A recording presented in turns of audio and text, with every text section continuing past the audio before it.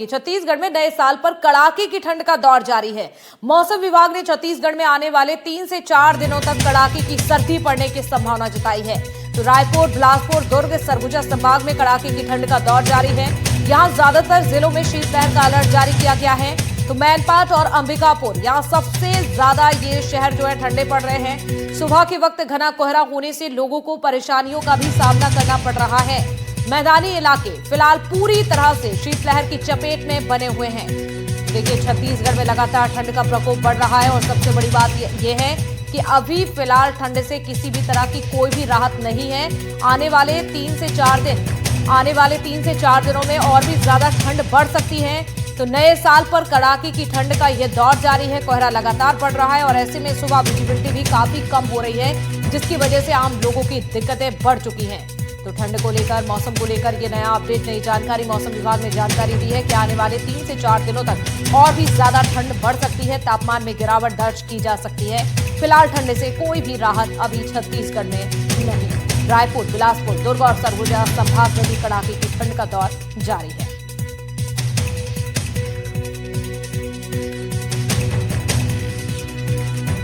सूरजपुर से हमारे साथ ज्यादा जानकारी के लिए इमाम हसन सहयोगी जुड़ चुके हैं और रोमी सिद्दीकी अंबिकापुर से हमारे साथ जुड़ चुके हैं। इमाम, सबसे पहले आपका रुख करना चाहूंगी। सूरजपुर की अगर बात करते हैं तो सूरजपुर में मौसम का हाल क्या है? क्या आने वाले दिनों में यहाँ पर भी ठंड का असर बढ़ सकता है? जी देखिए, बिल्कुल सूरजपुर से मौसम की ताजा हाल की बात करें तो सूरजपुर समेत सरगुजा संभाग में कड़ाके की ठंड का लगातार असर बना हुआ है। रात और सुबह के समय में कपकपी बढ़ रही है, जबकि दिन में आसमान साफ होने से के कारण तेज धूप जरूर है, लेकिन उसमें भी उस समय भी सर्द हवाएं चल रही है और धूप में भी ज्यादा देर तक लोग रह नहीं सकते। इसलिए ठंड अभी बेहद यहाँ पे की स्थिति खराब है। आप देख सकते हैं, मेरे पीछे भी आप देख सकते हैं कि सुबह का समय है। अब ये जो लोग हैं अभी अलाव के सहारे यहाँ पे, ये जो लोग यहाँ पे खड़े हैं, क्योंकि ये जो लोग हैं यहाँ से डेली यहाँ पे पल्लेदार लोग हैं, यहाँ से सुबेरे काम करने के लिए निकलते हैं, यहाँ पे रोजाना हमाली का काम करते हैं।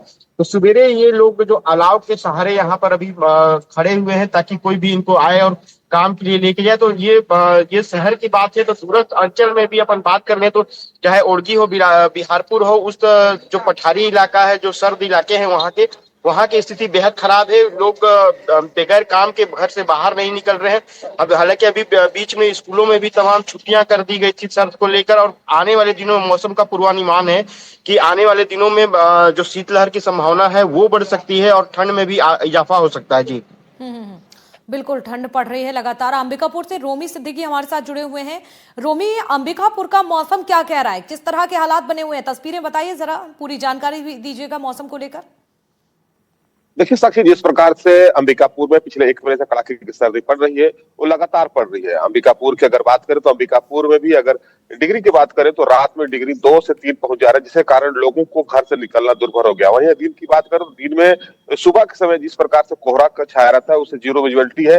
वहीं लगातार कोहरा के कारण भी दुर्घटनाएं हो रही है। मेरे पीछे आप देख सकते हैं, अभी सुबह के 7:30 बज चुके हैं, लेकिन फिर भी लोग अलाव के सहारे ही अपना काम शुरू कर रहे हैं। काम करने वाले मजदूर हैं, लेकिन ठंड इस प्रकार ज्यादा पड़ रहा है कि वे ठंड से काम करने तक नहीं जा रहे हैं।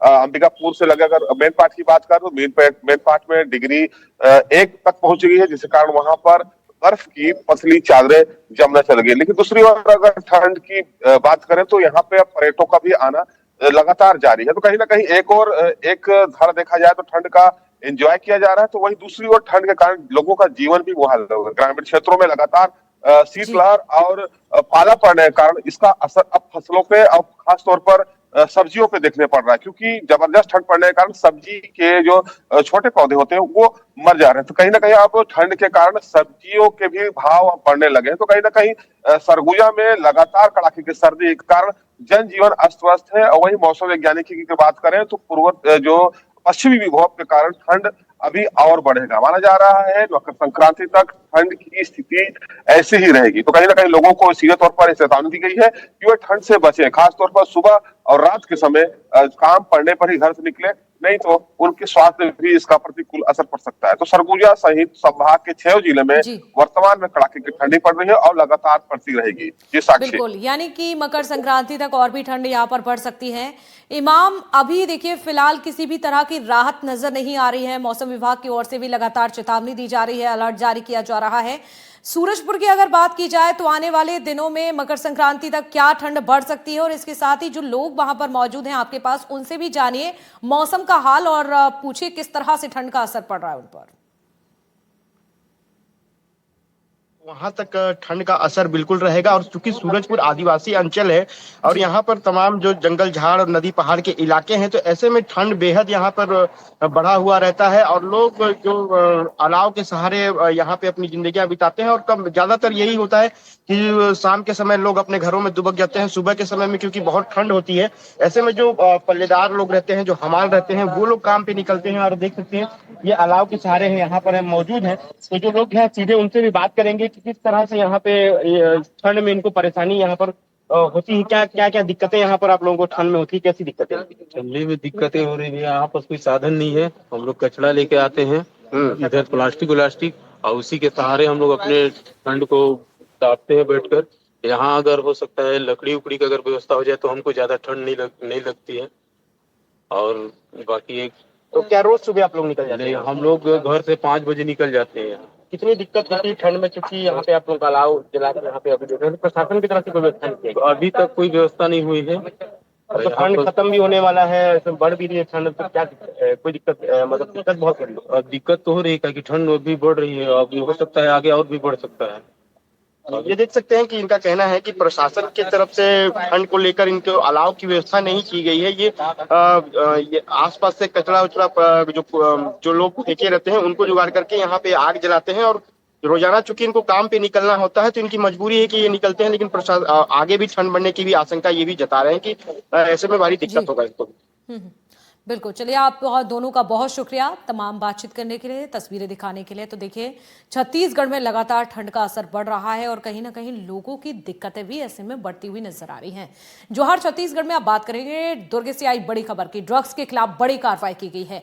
मां बेटे के ड्रग्स रैकेट पर कार्रवाई हुई है। 52 ग्राम से ज्यादा हेरोइन जब्त किया गया, 280 ग्राम से ज्यादा डोडा चूड़ा भी जब्त किया है।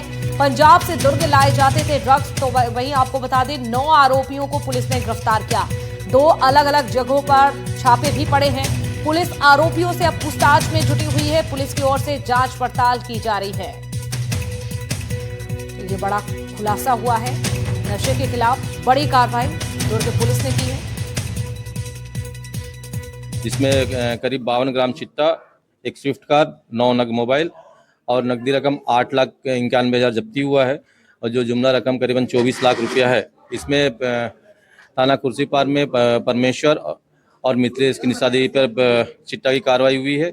और जामुल में रज्जी और उसका बेटा किशन के निशादेही पर कार्रवाई हुई है, जिसमें 7 आरोपी और हैं। मतलब कुल हमने 9 आरोपियों के खिलाफ में चिट्टा की कार्रवाई की है।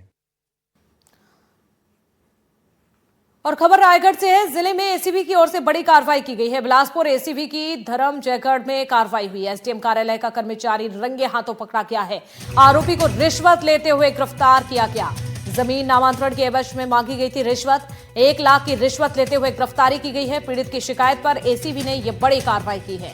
तो देखिए रिश्वत मांगने का यह पूरा मामला था, जिसके बाद आरोपी को रंगे हाथों पकड़ लिया गया है। जमीन नामांतरण के एवज में पैसे मांगे गए थे, 1 लाख की रिश्वत लेते हुए आरोपी रंगे हाथों गिरफ्तार हुआ।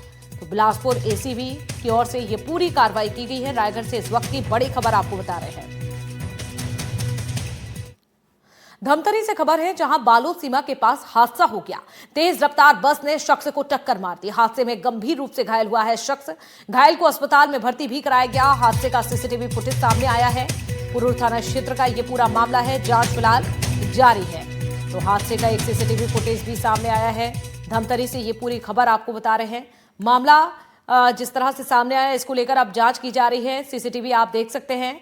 घायल को अस्पताल में भर्ती कराया गया। हादसे में गंभीर रूप से घायल हुआ है शख्स। तो यह हादसा हुआ सीमा के पास, बालोद सीमा के पास हादसा। तेज रफ्तार बस ने शख्स को टक्कर मार दी और यह हादसा हो गया। फिलहाल इलाज चल रहा है।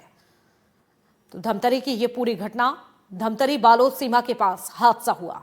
तो लगातार तेज रफ्तार का कहर देखा जा रहा है, हादसे लगातार बढ़ रहे हैं। यह हादसा हुआ है धमतरी में, हालांकि इलाज चल रहा है। तो वहीं जो सीसीटीवी फुटेज सामने आया है उसके आधार पर अब जांच की जा रही है।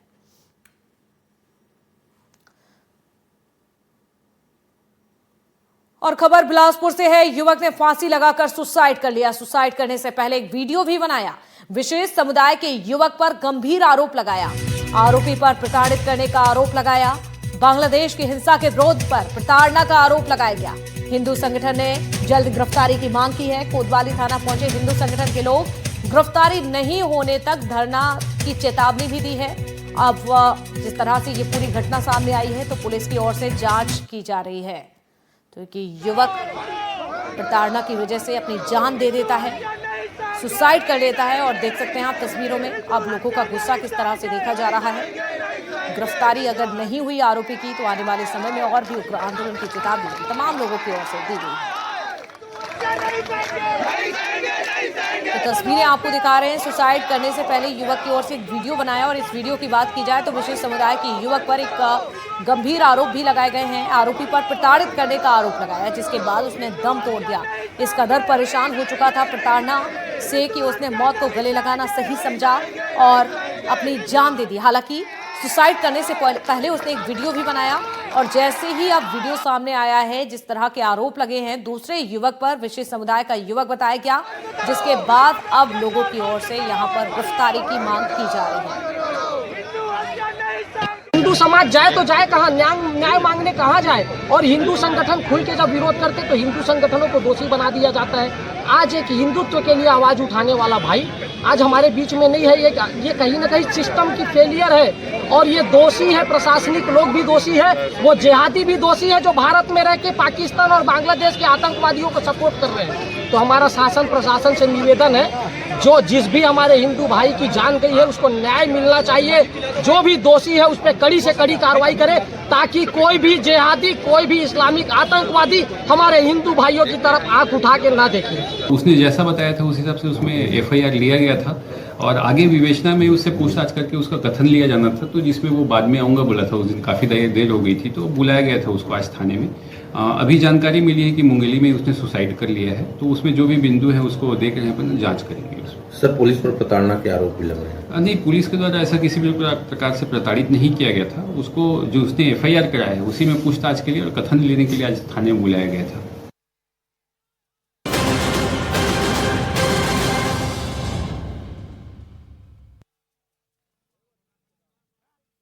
छत्तीसगढ़ कांग्रेस के एक प्रतिनिधिमंडल है निर्वाचन आयोग दायरे से और वह ज्ञापन सौंपे है निर्वाचन पदाधिकारी मन के कि जिन एसआईआर की प्रक्रिया चलत है उनमें शुद्धिकरण की आवश्यकता है। कई सारे ऐसे उदाहरण दे गए हैं जिनमें बताया गया है कि छत्तीसगढ़ में जांजगीर चांपा, बलौदा बाजार और महासमुंद के आसपास के वो इलाका में जहाँ के लोग रोजगार के तलाश में उड़ीसा और अन्य राज्य में पलायन कर जाते वो मन के नाम कटे हैं बड़ी संख्या में। ओकर नाम फिर से जोड़ा जाए, एक प्रक्रिया जिन्हें निर्वाचन आयोग द्वारा करे जाए। काबर की वह रोजगार के तलाश में जाते और ओकर नाम जिन्हें अभी शिफ्टेड लिस्ट में शामिल कर ले गए हैं तो ओकर जोड़ा जाए। और सलवा जुलूम के दौरान बस्तर से कई सारे आदिवासी मन अपन गाँव छोड़ के पलायन करे पर मजबूर रही से वो मन के भी नाम जोड़े जाए। एक भी जिन्हें आवेदन जिन्हें दिए गए हैं और एक साथ ही जिन युवा मन है जेकर नाम जो आवेदन मतदाता सूचीबद्ध नहीं कर सके हैं ओकर भी नाम न कटे और फिर से ओकर जोड़े के प्रक्रिया करे जाए, ओकर भी व्यवस्था निर्वाचन आयोग द्वारा करे जाए। ये मांग कांग्रेस प्रतिनिधिमंडल द्वारा करे गए हैं। अब ये जिन मांग है ओकर का असर हुई ये भविष्य में देखेला मिली है। रायपुर से कैमरा संगी प्रवीण साहू संग त्रिपाठी, एनडीटीवी। गरियाबंद के फिंगेश्वर में पिछले 3 दिन से लगातार प्रदर्शन देखे मिला थे। आज एक बड़े महाबंद के ऐलान कारीगरी से वो मनहा प्रदर्शनकारी मन लगभग 3 घंटा तक के राजी में महासमुंद रास्ता ला चक्का जाम कर दे रही से, चक्का जाम करके प्रदर्शन करेगी से। दरअसल ये पूरा मामला कृषि महाविद्यालय के भवन निर्माण ला लेके होते। आप मतलब ये बता दूं कि पिछले 8 साल से कृषि महाविद्यालय एवं अनुसंधान केंद्र फिंगेश्वर में संचालित है। हाल ही में प्रशासन के एक आदेश आए जेकर अनुसार किरवई गांव में कृषि महाविद्यालय के भवन निर्माण के ओमा बात लिखे है। तो कहीं ना कहीं जन फिंगेश्वर के जिन लोगन मन है ओकर मन के कहना है कि जब कृषि महाविद्यालय 8 साल से फिंगेश्वर में संचालित है तब भवन भी यही बनना चाहिए। और कुछ दिन पहले जन वहां के